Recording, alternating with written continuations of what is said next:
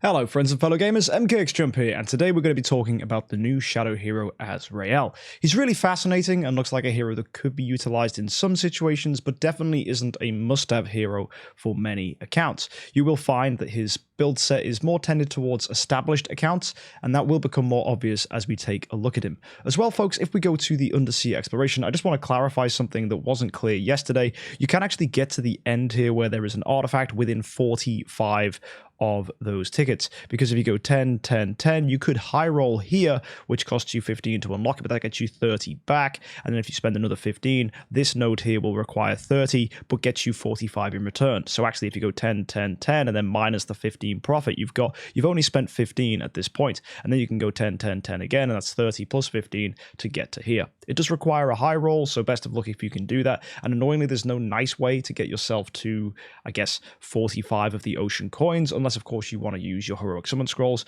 which I'm not necessarily going to recommend to people, although potentially this could be an event for that, but we do have Black Friday and Chinese New Year coming in the future.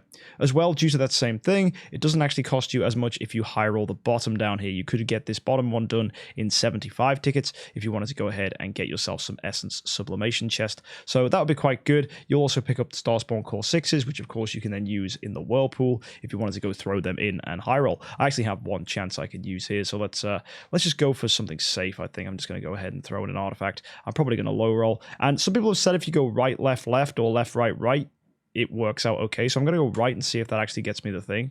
Oh my word, it might actually be fixed. So no confirmation on that so far, but some people have said that if you choose one, it'll go in the opposite one the next 2 times. I don't know if that's true, but if it is, fascinating. Let me know about your test data down below in the comments. Anyway, folks, let's go ahead and talk about this brand new shadow hero, as that's why we're here today. So AZRAEL, of course, is a shadow hero. I've already mentioned in the last video, but I'll say it again. His HP and his attack are significantly higher than you'd expect from most heroes. If you take a look, all these HP stats are less than 70,000, which means he is now the highest attack shadow hero outside of the warriors like Corpse Demons. So that's impressive for an assassin. Traditionally, they're quite squishy. Also, 36,000 attack as a base attack is really, really high, and only Ithaca can really rival that. So that's great to see that he's got a lot of punch to him as well. Now, if we go take a look at his passives, you'll see he has decent HP, decent attack. That's what we've already talked about. But he also has 20% crit. Add to that the crit bonuses you get for being an assassin from your guild tech. You do actually see that this could be a good hero for building a crit build. However, a lot of his abilities don't really focus around crit, and we'll talk more about that later on. He also comes with 25% control immunity, and his speed boost is only 40. So he's coming in at 12 speed, which is 20 speed slower than most assassins. This means you can't break his speed with someone like Rogan, especially in a balanced PvP meta like the Idle Heroes 10-star Cup. So that's actually quite nice. It means he's slower than heroes like Holmes Young, even after a Rogan buff, which I think is pretty balanced. And there was a worry that assassins have been way too quick thanks to Rogan's existence, so releasing slower assassins is actually for the greater good of the game. Now let's look at his passives. First of all, his basic attack is really standard. It's just 240% of attack damage to one enemy with the lowest HP, and it hits them twice and reduces their block by 30%. So it's got a nice inbuilt debuff on the lowest HP opponent, and then you're doing some decent damage in there too. When he's upgraded, this will actually become even better. This will be 320% of attack, which is nice, but it is still just one enemy with the lowest HP. That's going to synergize with people like Drake. Lots of assassins go for the lowest HP, so this is really, really sweet to see. If you take a look at his next passive, though, this is where things get interesting. When he dies, he's going to deal 500% of attack damage to one enemy with the lowest HP 3 times. So that's 1500% of attack damage to one enemy with the lowest HP. If he has Sin of Death, which is an ability he gets from his active skill, he'll do that an additional amount of times, equal to 100% of the damage. So that's epic. So basically he's like, oh, I did all this damage, let me just do it again. So it's a really nice way of whittling down low HP opponents if they kill AZRAEL. So basically you're punishing the opponent. If you're in a stalemate where AZRAEL dies and there's one opponent left, there's a very good chance he could kill that opponent, forcing a draw, which is kind of cool to see. In addition, if there are 5 rounds that pass, he will resurrect thanks to his Holy Corpse ability, and actually whilst in this ability, at the end of each round, he'll do 900% of attack damage to enemies who have the lowest HP. That's 2 enemies with the lowest HP, and he will reduce their effect of being healed by 35%. That's not significant, but it's still an interesting ability to have. The damage is nice though, just passive damage whilst he's dead is really cool. We see that from heroes like Tix, like Carrie, and they are very potent. The fact that a hero can still do something after being dead is always a reason to consider using them. As well, every time someone dies, he reduces his resurrection count by 1 round. So basically, if 5 heroes die after he dies, he'll resurrect the next round, which is really, really strong. It's just like Carrie, but obviously it's not as broken as Carrie, who resurrects much sooner. I think she gets to a point where it's 3 rounds. Let me just go and check that, because a lot of people have said, oh, he's just like the new Carrie. But let's take a look at this. Yeah, with Carrie, it's 4 rounds. And then, yeah, she gets the same thing. She's got a chance to come back. And there's a 30% chance she gets 2 layers. So, yeah, doesn't have that on AZRAEL. There's no high rolly chance of him getting, additional bonuses or reducing the round by even more. I think DH Games have learned their lesson from Carrie and don't want to turn him into another Carrie. And you can see that even here with the final bit, where it says basically he is going to revive with 100% of HP, but only 80 energy. In Carrie's case, she gets 100 energy, which means you can do an active skill straight away, and that steals your opponent's energy. People have been saying, is this going to be the next Carrie? Well, what makes Carrie good is the fact she steals people's energy and she can dodge, so she locks in. She's a much better anchoring hero. You'll see that AZRAEL's build as we go on has no inbuilt healing, no defenses. He's very much a martyr hero who wants to die and also kill opponents in the process. This is a very weak strategy if you're doing it as a standalone hero, but if you've got a nice team that's able to hold in whilst he's doing this, potentially running your own carries as well, you could actually see him working quite nicely. In addition, when he's coming back and only has 80 energy, he's not going to get that active skill early, so he's not going to be as busted as Carrie. And the big thing about Carrie, as I said, being an anchor hero, is she can dodge attacks, she can steal energy, so she's oppressing your opponent and also potentially not taking any damage, and even if it is, it's from basic attacks. She's a much better hero for locking in endgame fights. In AZRAEL's case, he doesn't care about staying alive, he wants to die so he can do all this damage, and you'll see this with his active skill. He's going to deal 2000% of attack damage to himself. Now that's huge. Basically, this is just a flat-out damage to self. This doesn't crit, and the only thing that can increase this is your attack stat or your skill damage stat. Now, that's really important. You've got to realize skill damage is additive, so as you add in skill damage, the significant bonus does carry on over to other abilities as well. Like all these percentages that you can find in brackets benefit from skill damage. So when I recommend building him, let's just keep reading, but you will be shocked that I'm going to recommend skill damage for this guy, and that's going to blow your mind.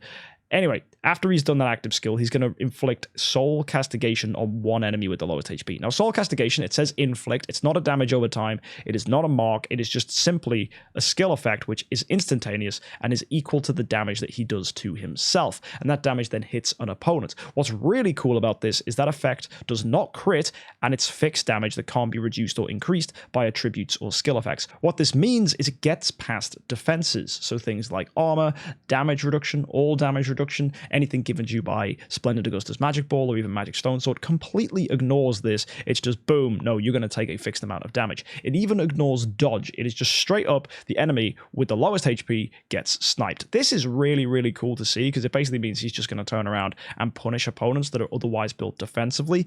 And this kind of true damage is something we don't have enough of in the game. So it's really cool to see that he's able to do this. Is it going to be significant? It potentially could be. He's able to hit himself for millions and millions of damage and then reflect that onto opponent, which is really nice to see. Also, in the process, it is likely that he kills himself with this very attack if you don't build him with Unbending Will. And that then triggers his final passive to start doing additional damage. So there is an argument to run him with a Balance Strike with an energy artifact, so he kills himself, deals a ton of damage, and then does further damage. And of course, by doing this active skill, he gives himself Sin of Death, which then obviously means he's going to be able to do that additional bonus from his final passive, which is really cool to see.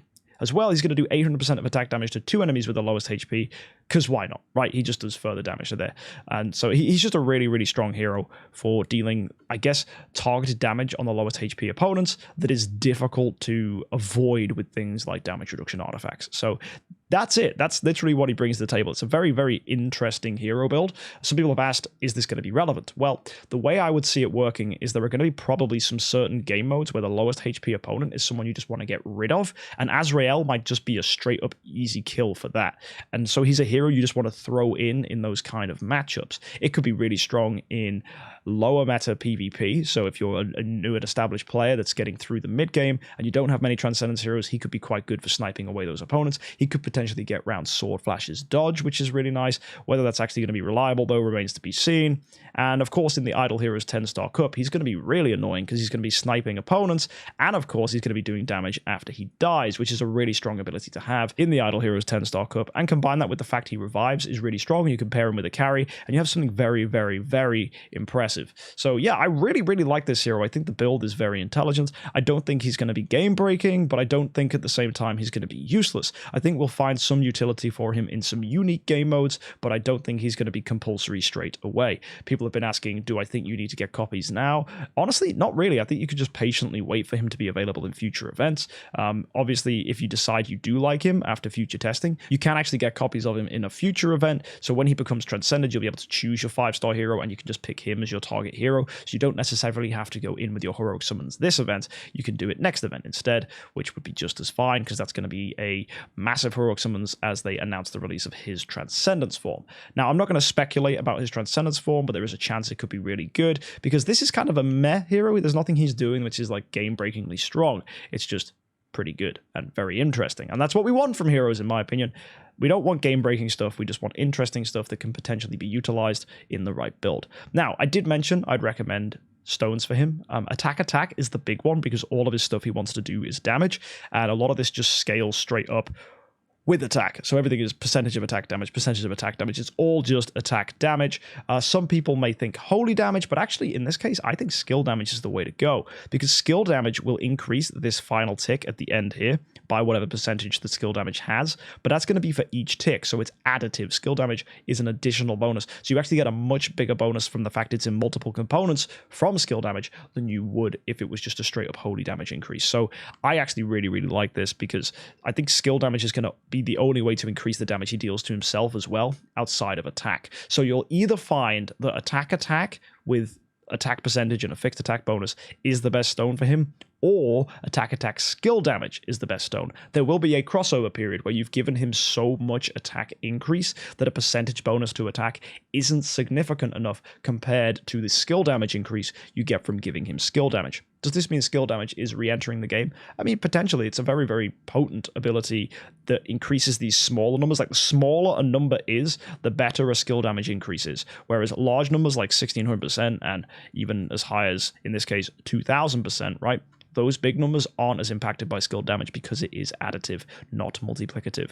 But in the case where it's additive and you get a smaller number, it's just really, really good and potent because it's just going to stack upon itself, especially when it's multiple components of an attack. So yeah, really interesting hero with lots of facets to his damage, and the more facets you have, the better skill damage becomes. So yeah, you could run an Antler's Cane on this guy. I'd rather run Energy though.